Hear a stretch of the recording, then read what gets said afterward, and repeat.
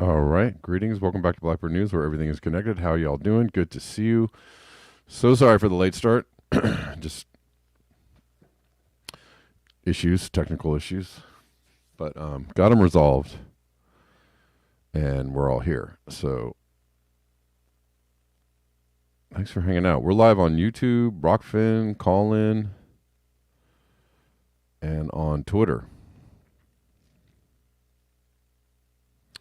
If you're on Twitter, give me a shout out. If you're on Twitter, you can also chat, and I will see your chats. Just keep pressing on the video, the title of the video below the video. There's a little title bar, and if you keep pressing on that, eventually you'll end up at a window where you can see a chat off to your right hand side, and then you can give me a shout there. Give me a second, guys. Hold on one second. Hold on.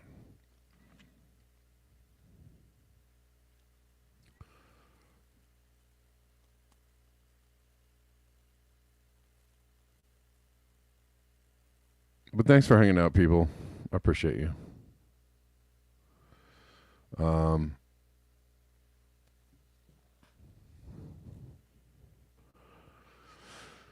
Waiting on people to file in. I think the time change kind of messed everybody up a little bit. Messed me up. My brain is still kind of trying to adjust.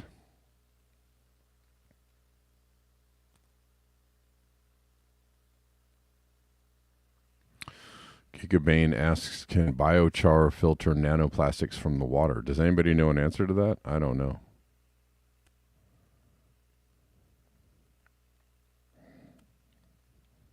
How about we don't fill the water with nanoplastics in the first place? What's up, Rockfin people? How you doing? Twitter people? Where are you? They're probably out there. I don't know. It's hard to tell what's going on Twitter. Obviously, I already said that. I say it, I repeat myself, and I repeat myself. Looks like there's some people on Twitter, but you either get kind of a strange inflated number count, or you get nobody watching at all. I'm not really sure which one it is.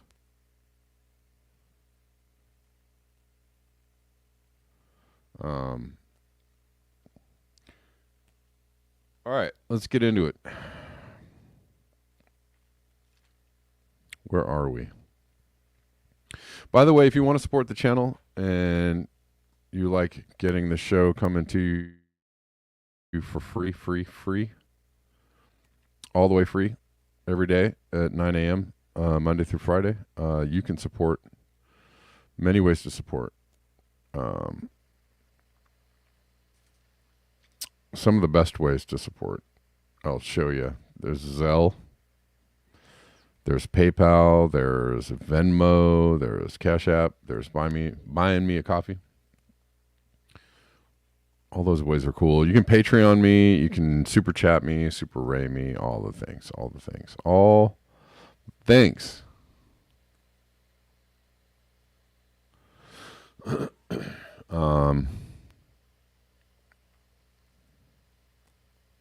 What else am I going to say?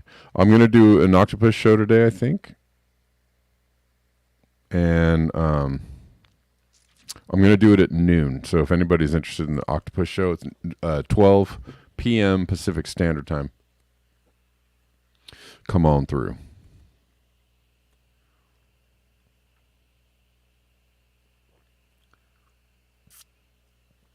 Also, that video we were talking about on Friday, about peak oil, got really good towards the end. It actually, the end of it was the best part.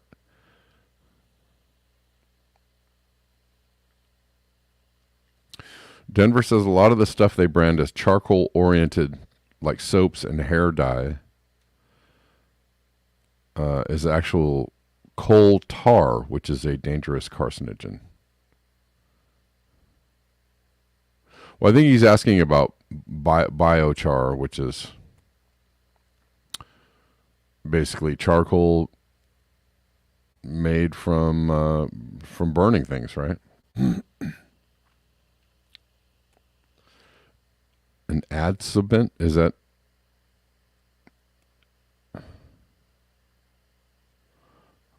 See, absorbent of microplastics. Insights into the removal. I see. Huh.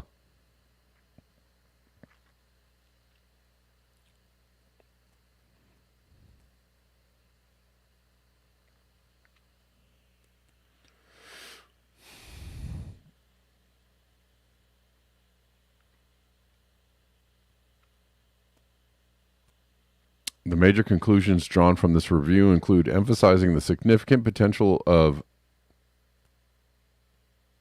absorption processes in the removal or adsorption. Or do they mean to say it like that? Process of removal of microplastics. Biochar is present among the available and most efficient biomass adsorbents. Especially when combined with other materials.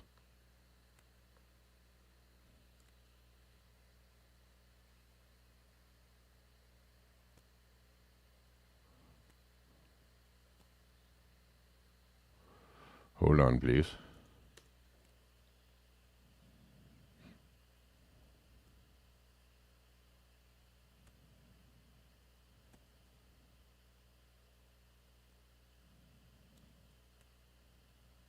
Oh, I see. I've never seen the word adsorption until today. Yeah, I see that.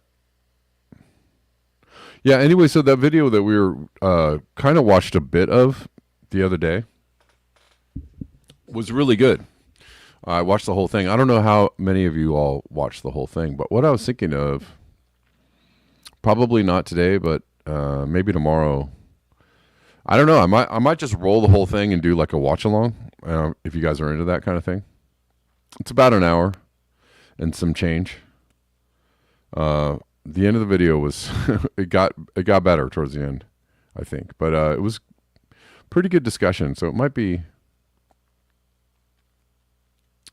Let me see.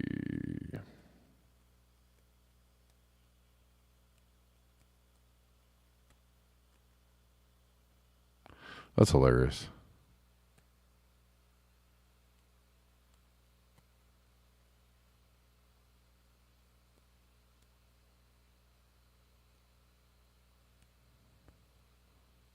Okay.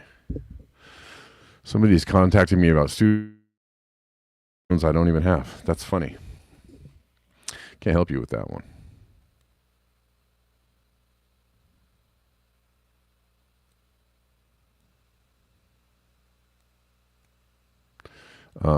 Right. So it looks like it's kind of effective, I guess.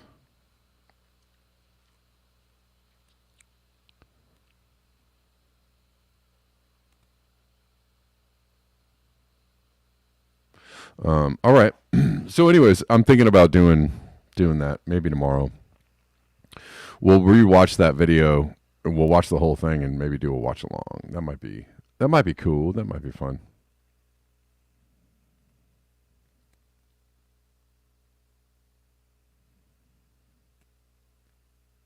Let's see. Where are we at? Got some folks watching on the Twitter. Let's get into some things.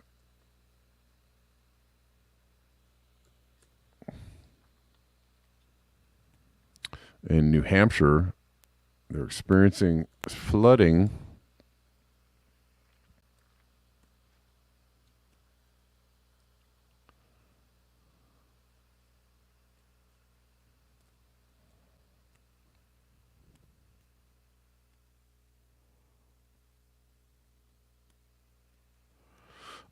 Drone video shows the extensive flooding in Hampton, New Hampshire on Sunday morning, just 2 months after the same area was hit with significant flooding.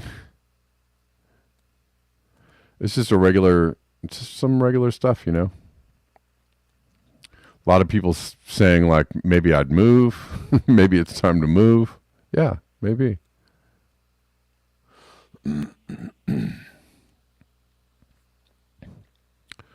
I made a little post about this. Somebody was like, it's called weather. Okay. Tried to have a cordial back and forth with them, and it was cordial. But some people just really don't want to go with the narrative of, whatever their political silo is. There's a lot of people in the political silo that says it's a fake one.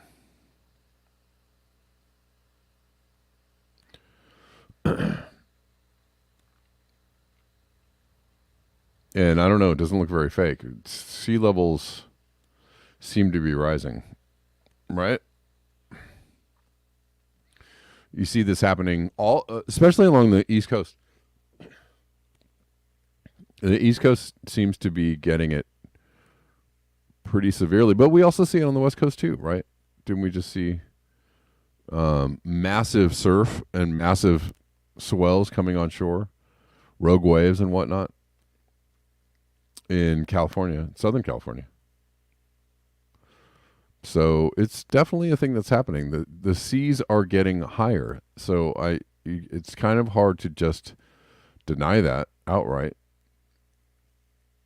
And I don't know what you want to attribute that to. Sea level rise isn't the most immediate of our problems. Why am I on this?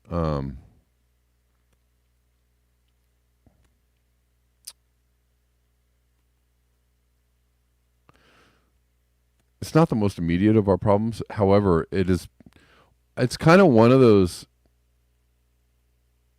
signifiers, I guess, of climate change that's hard to, it's hard to dismiss. You could say, like the stronger storms and the atmospheric rivers and stuff, like there's lots of ways for people to say, oh, they're making the weather happen. They're inducing this with geoengineering. They're starting fires. Also another one. Oh, they're starting the fires, and don't forget the lasers. All the green and all the different lasers out there that are setting all the fires, and paint your roofs blue and blah blah blah. People really, really grabbed on to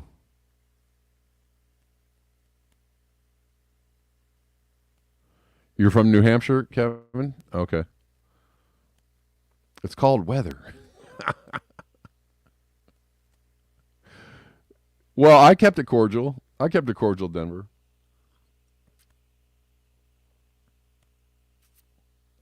Yes, Joseph. Atmospheric rivers are largely ineffective.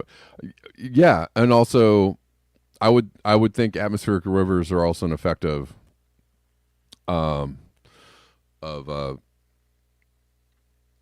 evaporation. Water being, more water vapor in the atmosphere, right? And so, anyways, what I'm saying is, big storm systems or even hurricanes, like people can say what they want about it, but it's the sea level rising. It's kind of hard to, put that on Well, they're making it happen. How are they making that happen? The sea levels are going up because the ice is melting. And I guess you could say, I don't know. I don't know how you want to. Well, then it's the sun. I don't know. Or the seas have always been rising. Tony Heller. The seas have been rising for 250 years. Blah blah blah. Right? You can explain away everything, but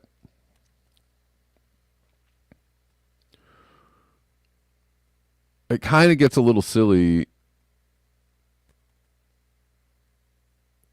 When you okay, so all the climate scientists for the last 30, 40 years, James Hansen all the way on down, have all predicted kind of all the things that are happening right now.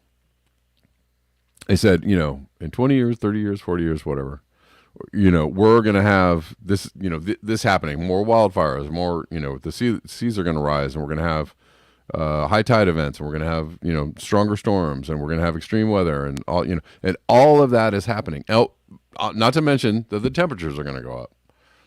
All of those things are happening. So you can't, and these are, things that are happening on all kinds of different levels, right?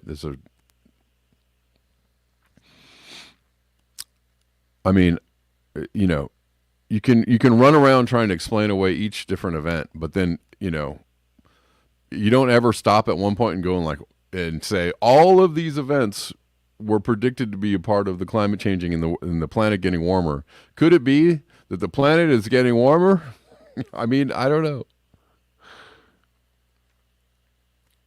But they told me that all of this climate change was a hoax in order for the bad people to be in power and stuff. Eh.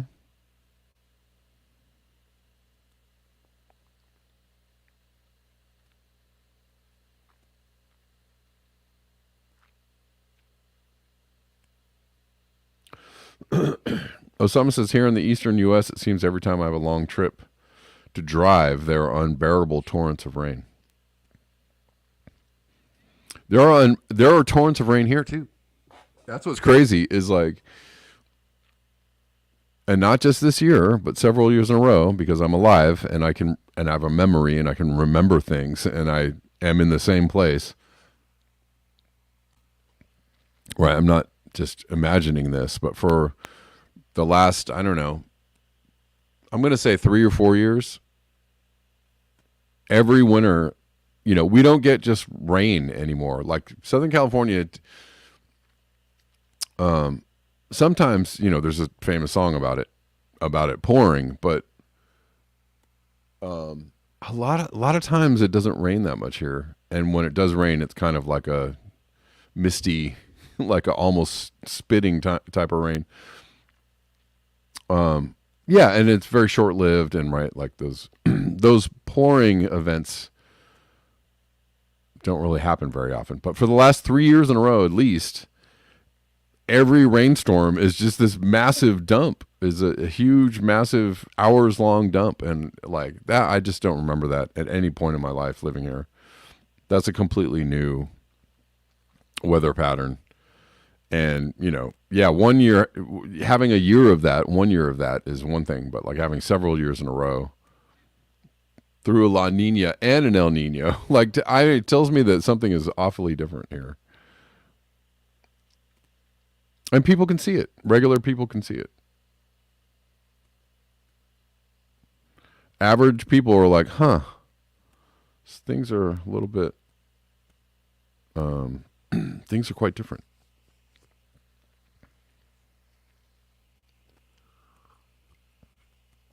Maybe the atmospheric rivers are just because there's more water vapor in the atmosphere. Why is there more water vapor? Because it's warmer.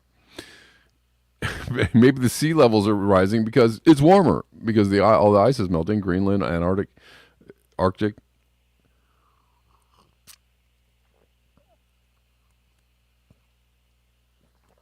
Um, you know, all these things that they said were going to happen because of warming. Could you just, possibly stop for a second and go, God, well, it's warmer, and these are the things they said that were going to happen, and now they're happening. And golly gee willikers, maybe it's warmer.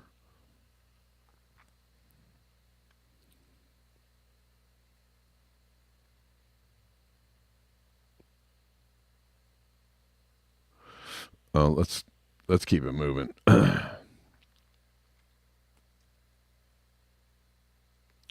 It's an interesting post. In Spain, excuse me, from Jem Bendel.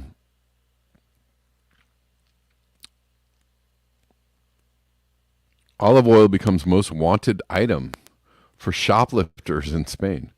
Gangs steal liquid gold amid shortages and surging prices after what? Extreme weather damages harvests.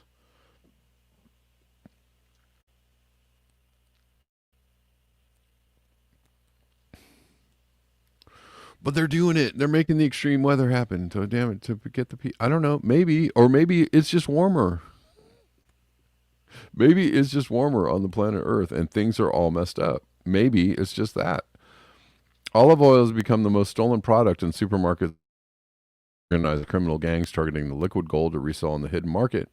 Olive oil is now the most shoplifted product in regions that account for 70% of the country's population. Supermarkets began chaining together large 5-liter bottles of olive oil. I mean, olive oil is expensive and it's delicious. So, but everything is expensive. They're chaining together 5-liter bottles of olive oil and padlocking them to shelves to prevent theft, while other stores are fitting the bottles with security tags that have to be removed by staff. Spain is the world's largest producer of olive oil, but Europe has almost run out of local supplies after extreme weather damaged the harvest for a second year. Oh, multi-year harvest damage. Oh.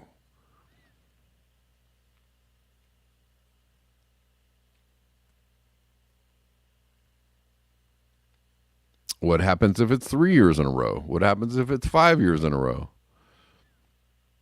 Global production is expected to fall to 2.4 million tons, according to the International Olive Council, or the IOC as it's known. Less than last year's harvest and well short of global demand of about 3 million tons. With shortages happening across the Mediterranean, similar thefts of olive oil are occurring in Greece and Spain. Prices have more than quadrupled in the past 4 years. Shoppers who paid less than €5 for a liter of high-quality extra virgin oil 4 years ago climb as high as 14. Dang. Alejandro Alegre, marketing director at STC, a security company that carried out the survey of supermarkets, told the Financial Times that these thefts were not driven by hunger, but by organized gangs. December, police in Spain and Italy arrested 11 people and seized more than 5,000 liters of adulterated olive oil after breaking up an international gang that allegedly sought to passing off cheap oils as more expensive equivalents.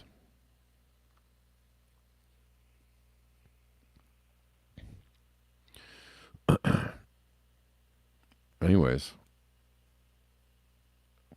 heavy weather, as it were.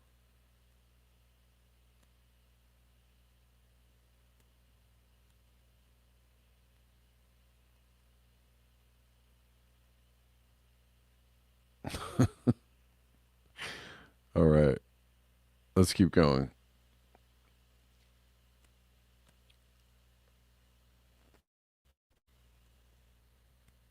We have a lot to cover and little time. You know how it goes.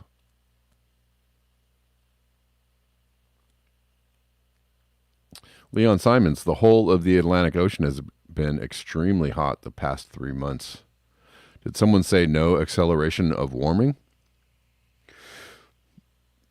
I mean, and then there's like, measurements and stuff. People that keeping measurements.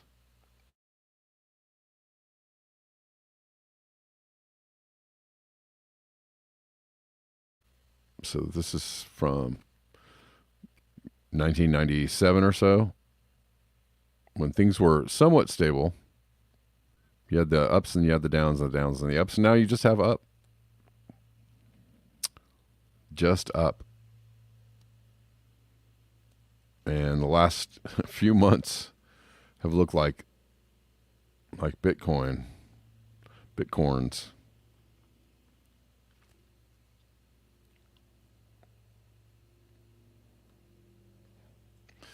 And yeah,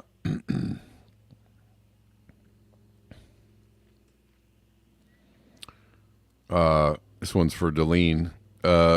Global warming could eventually thaw out nuclear waste the U.S. military buried deep in the ice in Greenland. But I keep hearing that nuclear is vital to the clean energy transition. Durr. I mean, the really super smart people like the Hassenpfeffers and who else that are all pro-nuclear.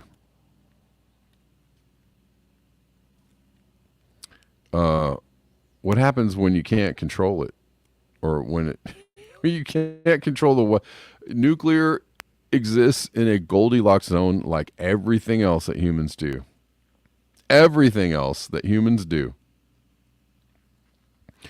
We do it because we have a certain amount of stability in our climate and in our ecosystem. And if we don't have that stability, then we can't do the things that we thought we could do, right?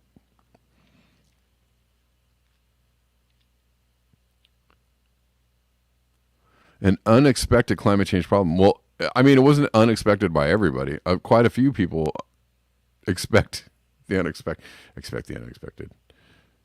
Expect the Spanish. Nobody expects the Spanish Inquisition. Keeping nuclear waste safe. One of global warming's more colorful dangers. Colorful. Now that's some writing. Is the possibility that melting permafrost will revive prehistoric diseases and trigger horrific pandemics. But the more immediate candidates for a disastrous climate-fueled comeback are newer and man-made. A hotter and more chaotic atmosphere is making it harder to build nuclear weapons and store waste safely in an unhappy union of two of humanity's biggest headaches. There's little evidence we're prepared for what could come next.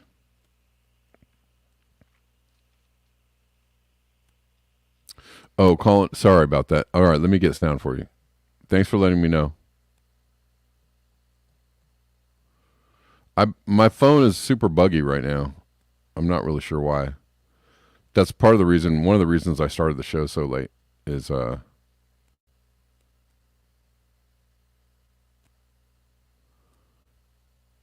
my phone was bugging out. I think because well, anyways, I won't go into it.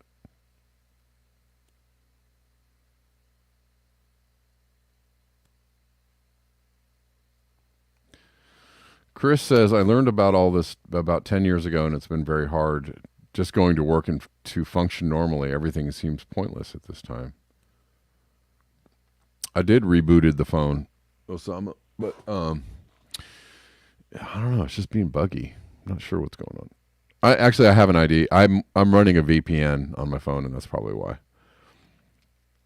Whenever I run a VPN, eventually it just hangs up, snags the signal, and then I have to turn the VPN off and then turn it back on, and then I start wondering why I'm using a VPN, and then I just leave the VPN off because it keeps messing everything up, which makes the VPN kind of a thing that makes it a hassle. I don't know. It's a rabbit hole. You have sound now? Good. Lockdown VPN? Okay.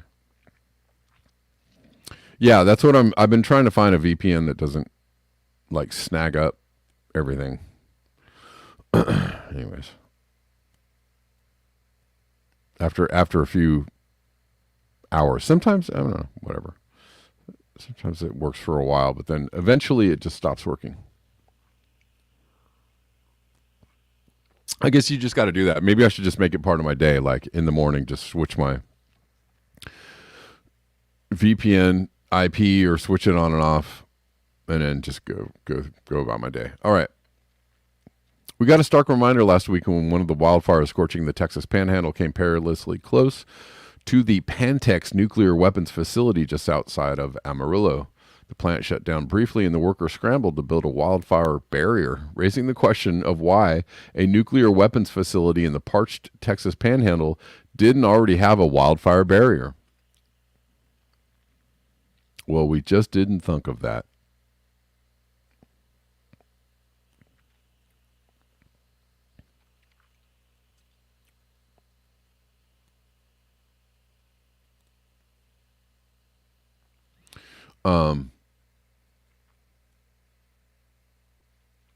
Pantex builds and breaks down nuclear weapons and stores nuclear material on its 18,000-acre grounds in what is increasingly a tinderbox. Heavier than usual rainfall last year made undergrowth flourish in the Panhandle, creating more wildfire fuel.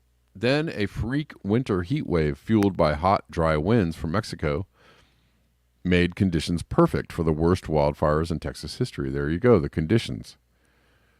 There's the conditions.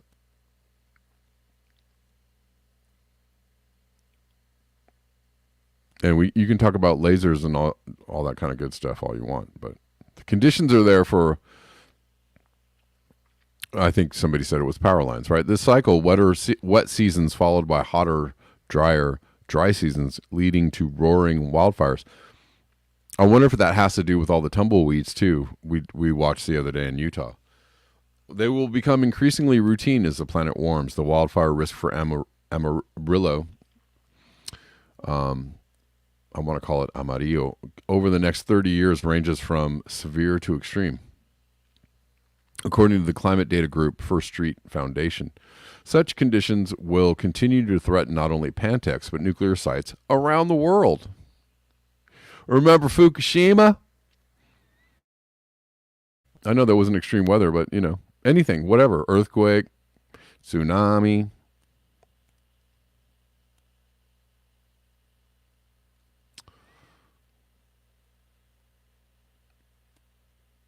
Flooding, hurricane. Nuclear things do not mix well with fire. When the Rocky Flats plant, a former nuclear weapons maker just outside of Denver, burned in 1957, it spewed plutonium and other radioactive dust across the city and its suburbs. Great. Every wildfire that comes near nuclear material risks creating another Rocky Flats. Los Alamos National Laboratory, which still builds nukes and stores waste in northern New Mexico, is threatened by wildfires pretty often. Most recently in 2000, 2011, and 2022. The 2000 fire burned a quarter of its land, though by some miracle it touched none of the nuclear material. Over the decades, the lab has moved most of its nuclear waste elsewhere and tried to bolster its fire protection. But a Department of Energy audit in 2021 found those steps were inadequate, and there's still more than enough waste at the facility to cause a serious environmental disaster. Wildfires have also threatened the Idaho National Laboratory near Idaho Falls, the Santa Susana Field Laboratory outside of Los Angeles, and the Chernobyl cautionary tale in Ukraine. In 2020, before Vladimir Putin became its they had to add that. Stupid. This was before Vladimir Putin became the biggest threat to Ukraine. Is it really Vladimir Putin? Oh, okay. Anyways, I won't get stuck here. Let me see. I think that we encouraged a coup quite a few years before 2020. So let's see. We won't get into that.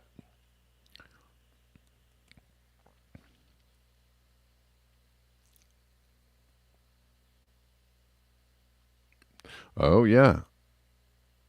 Oh, yeah. It is 311, isn't it? Anyways, there are many nuclear power plants that are also increasingly threatened by floods, hurricanes, wildfires, and droughts. No duh. Most U.S. plants are unprepared for such disasters. No duh. Hold on. I need something here. I need something.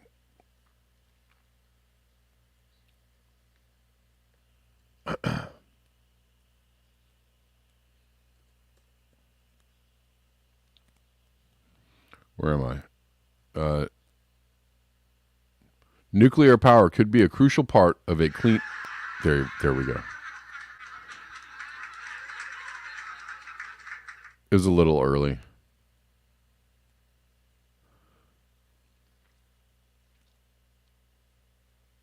Most U.S. plants are unprepared for such disasters, according to the Nuclear Regulatory Commission, and about 60% of the country's nuclear power capacity is directly threatened, according to the Army War College. Nuclear power could be a crucial part of a clean energy transition,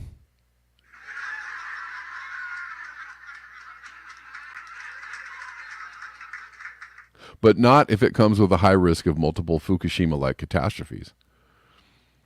That's not all. Global warming could eventually thaw out nuclear waste the U.S. military buried deep in the ice in Greenland. Did y'all know about that?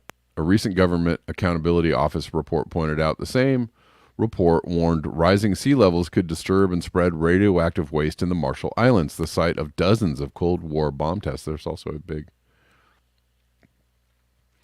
dump there that's threatened by sea level rise, right? Worryingly, there is little evidence nuclear operations or governments are ready for such potential catastrophes. Absolutely not. Nobody cares. Everybody's like, well, hope it doesn't happen. That's about the best that they're doing around it, right?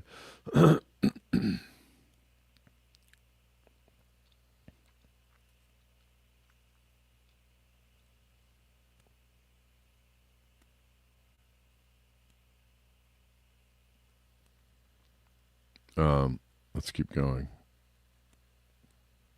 We need to see more nuclear facilities developing resiliency mechanisms, Roth told me. I missed a whole paragraph here.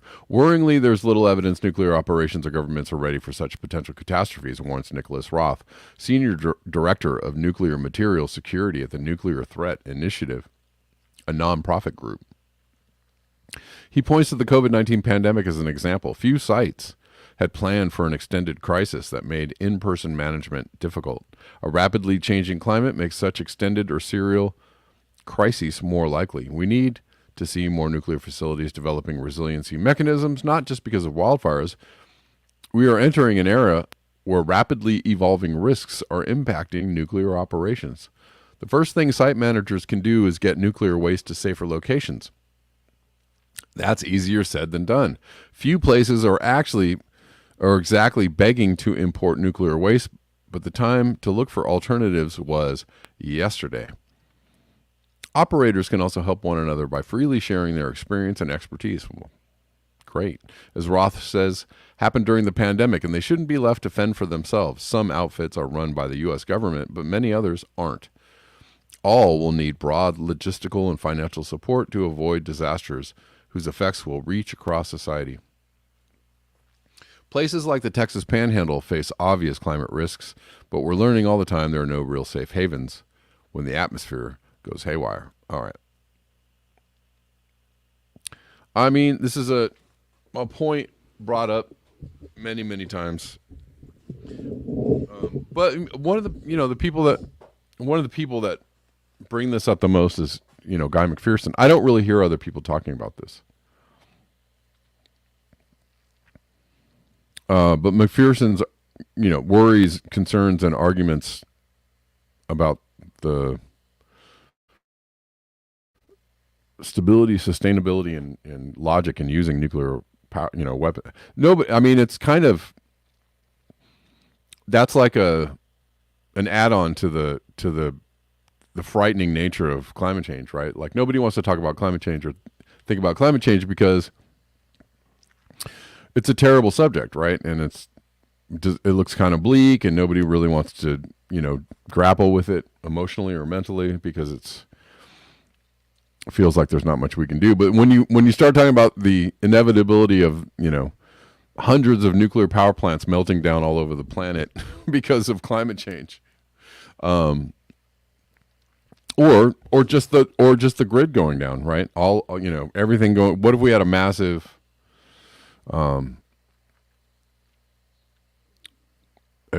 EMP or something else that caused a grid down for several weeks or months. I mean,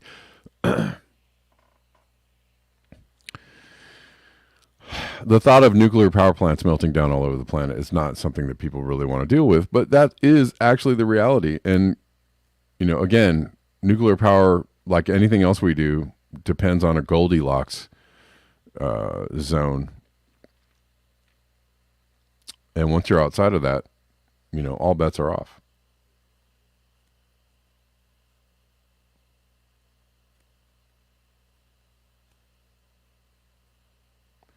Let's see. But that's cheery, isn't it? That's a cheery subject. But one that people should think about, which is why, well, anybody who has an operating brain should actually, we should be talking about decommissioning all nuclear power plants as fast as we possibly can, right? If we're going to talk about, solutions or ways out of the predicament, or, like what should we do?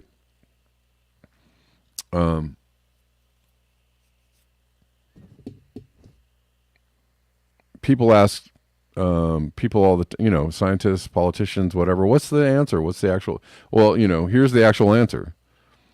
What should we do in the face of all this? Well, we should, greatly reduce our use of energy and resources as quickly as we possibly can. We need to go down, we need to, slide down a cliff on our butts, as fast as we can down to a low energy, usage type society. Ration energy use, to nothing. And that includes, the wealthy, and everybody is included in this, right? The wealthy and the powerful, but that's the part where this comes in.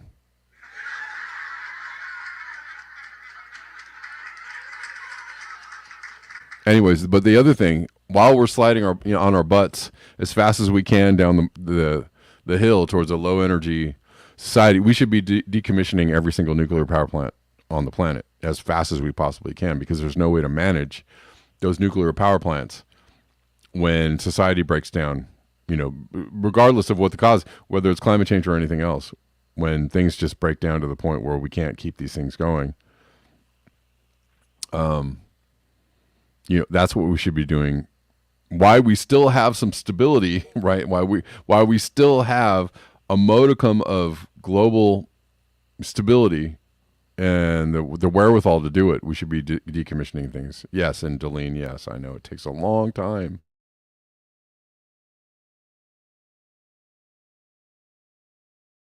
It takes a long time.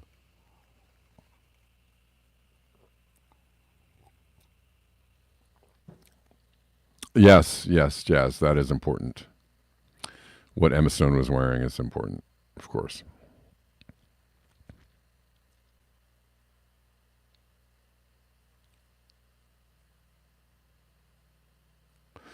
Anyways, that's ever so fun.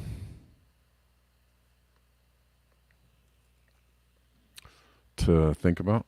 Oh, here we go. The oceans we knew are already gone. Steve Austin posting this from the Atlantic. Let's we'll probably going to read a little bit of this, and we'll the oceans we knew are already gone.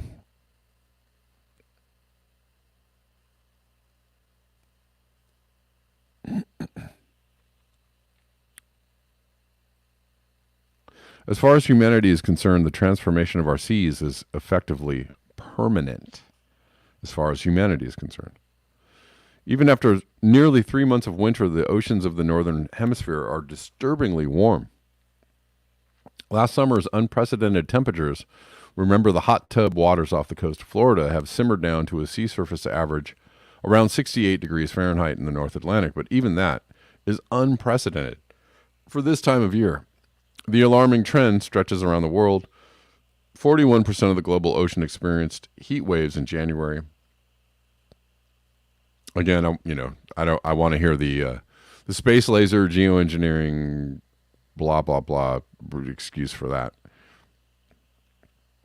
The temperatures are also part of a decade, or maybe they're just faking all the readings. They're faking the numbers. That's what they do. Temperatures are also part of a decades-long hot streak in the oceans. What we used to consider extreme is no longer an extreme today. Dylan Amaya, a research scientist at the National Oceanic and Atmospheric Administration's Physical Sciences Laboratory, told me. The situation is expected to worsen.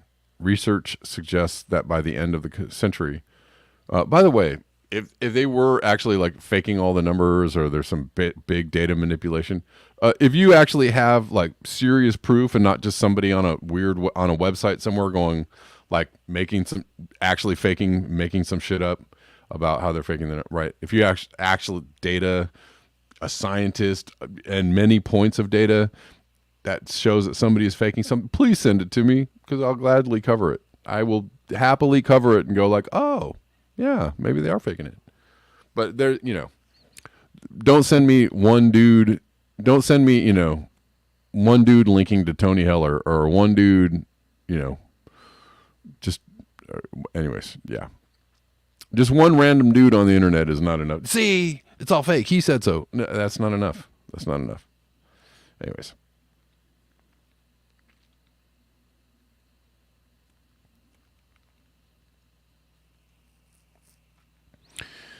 Research suggests that by the end of the century, much of the ocean could be in a permanent heat wave relative to historical thresholds, depending on the quantity of greenhouse gases that humans emit.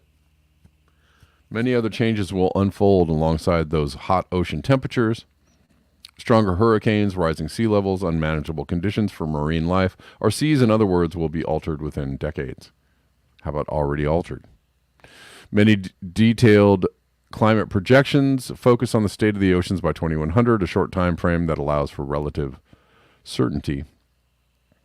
That's what policymakers want to know about. Sandra Kirtland Turner, a paleoceanographer professor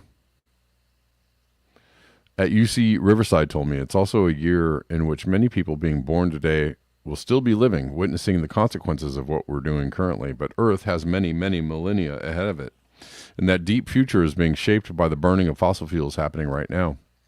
If we continue down the path we're on, Earth's oceans may be irrevocably transformed over the next several hundred years. Hold on. Just over the next several hundred years. Don't worry, guys. It's a couple hundred years away. The ocean will still be imagine yourself in space, hovering over the planet as an astronaut would a few centuries from now. The ocean will still be blue and beautiful, Amaya said, but even from space, you'd know something was different.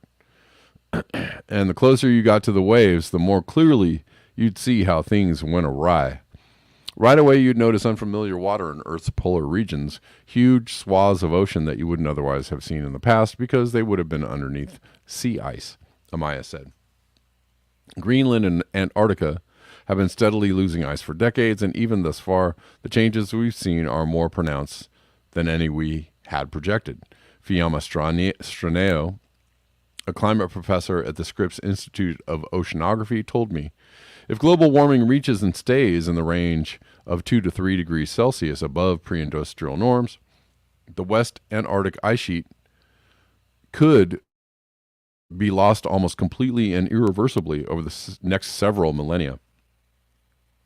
If global warming reaches and stays in the range of 2 to 3 degrees. Okay. Again, that's an assumption that it would reach it and then go back somehow, magically go back.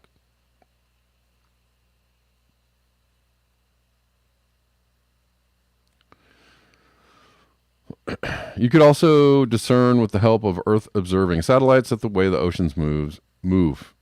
The way the ocean moves has changed. Warmer temperatures and melting freshwater ice may have already weakened the conveyor belt systems of currents in the Atlantic that carry warm water north and cold water south, which is important for spreading nutrients to marine ecosystems and regulating temperatures in Europe. The potential collapse of this system, known as the Atlantic Meridional Overturning Circulation, is one of the major points of no return for Earth's climate, but experts are unsure exactly when it could happen. A 2019 IPCC report on the future of oceans predicted that if high emissions continue apace, an AMOC collapse would be a toss-up by 2300. Wow, they're putting, 2300. Guys, place your bets. 2030 or 2300. There's either one.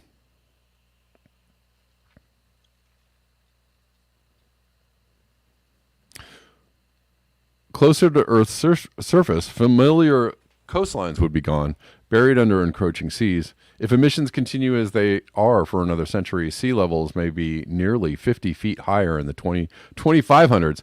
Man, this article is, if you want to just think about climate change as just this thing that's happening like, way out in the future, like, and you want to just sit there and contemplate it like, that certainly sounds pretty terrible. Anyways, I'm going to go get me a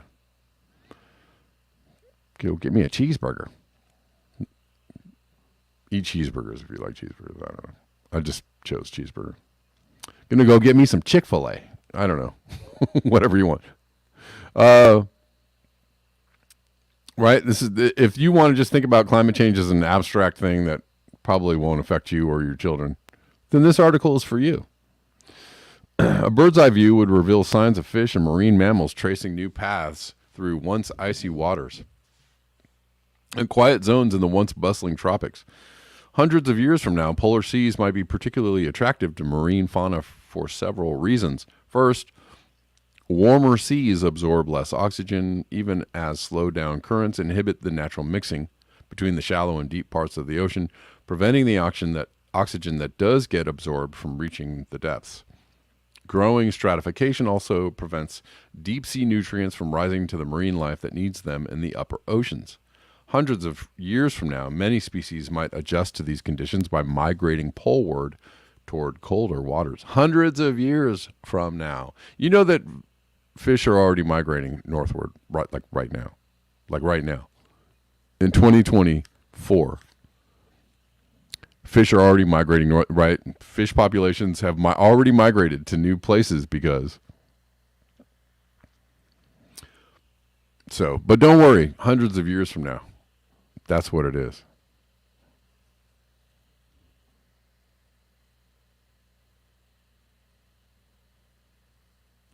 Don't worry, guys. We got this. By 2300, Earth may experience a significant fundamental reorganization of the ocean ecosystem and catastrophic collapse of fisheries. By 2300, huh? Okay, I've had it with this article. Matthew Long, a climate scientist at the National Center for Atmospheric Research, who runs a nonprofit dedicated to techniques for removing carbon dioxide from ocean environments. Really? This is what he told him. Test the waters of that less bountiful ocean and you'll find them to be strangely acidic. The oceans continuously absorb carbon dioxide emissions from the atmosphere, a process that helps alleviate the worst effects of climate change, but also lowers the pH of seawater. That process could reshape many ocean environments as we know them today by, for example, sapping the water of the chemical compounds necessary for marine creatures to grow shells and skeletons. Already happening today. My God, the Atlantic, you're terrible. After last year's sweltering temperatures, marine experts predicted that most of the world's coral reefs could be bleached out by the existence out of existence by only 2100. That's it. Thanks to acidification and high temperatures. Guys, we got years and years to go, decades even. Eventually, the ocean may simply reach its limit and stop absorbing carbon dioxide at all. When exactly that might happen is unclear. All we know is that this absorption will not continue forever. Jamie Shuttler, an ocean and atmospheric scientist at the University of Exeter in England, told me in an email, that point is somewhere far down the geological line on an Earth so far into the future that there's almost no reason for us now to seriously think about it.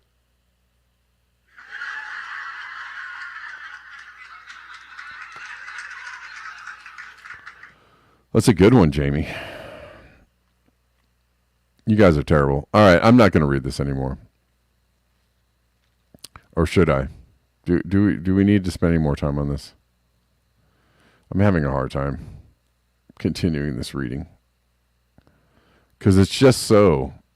I mean, it's good for comedy, I guess. Comedy jokes.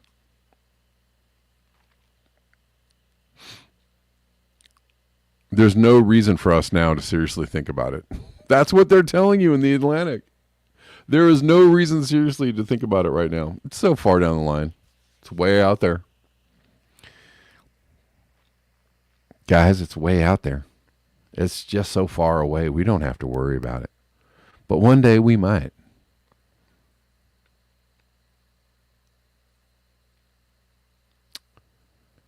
Yeah. Okay. Let's see.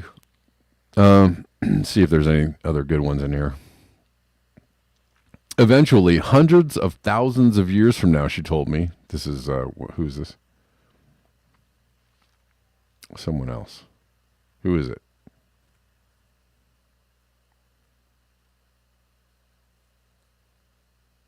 Give me a name. Anyways, eventually, hundreds of thousands of years from now, all the carbon dioxide that humans are currently sending in the atmosphere will become buried on the sea floor. If emissions decrease in the future, the oceans might return to their pre-industrial state after that great burial. But that's so far away. Turner said that for us, the effects of climate change will be effectively permanent. Our oceans can take a lot, but we can't. Okay, that was one of the better lines of this article. Yeah, yes, Deline has already killed starfish on the California coast and other, other creatures that have are showing signs of not being able to form shells correctly. Yes. I don't know. This article is making me mad. Well,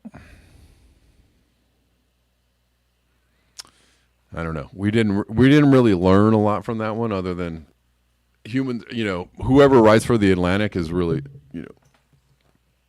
helping along with the problem of humans being able to delude themselves.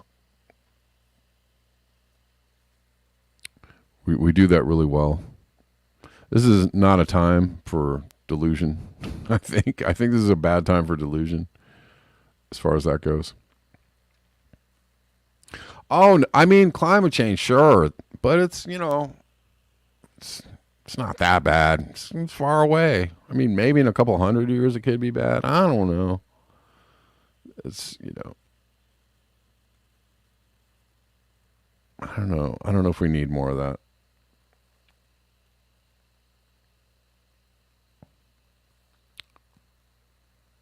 All right, guys. Think I'm going to wrap it up for the day. What do you guys think about? I think I might just play that video tomorrow, and we'll do a watch along. The one we kind of started the other day. Maybe we'll start it. We'll pick up from where I only played a couple minutes of the video, but the rest of the video is really good. So I was thinking might just play it and we'll talk about it and do some commentary or something, right? That's my idea. That's my big idea for tomorrow.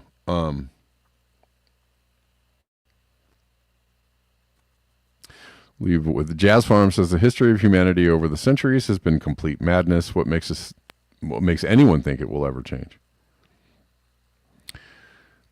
Yeah. I mean, it's pretty much it. Maybe if we get it together, maybe if we can have some kind of evolution and not revolution. Maybe humans can evolve real fast. But we need an information superhighway to do that. And right now they're creating a digital gulag. They were like, you know what? Maybe all that information is not good for the masses because it's making it really hard for us to continue to keep deceiving people with stupid articles from the Atlantic about how climate change is 400 years away. Yes. Okay, so guys, I'm going to do an octopus video at noon at 12 p.m. Pacific Standard. So if you guys want to tune in for that, I'll see you then. Otherwise, I'll see you tomorrow. Until next time, peace.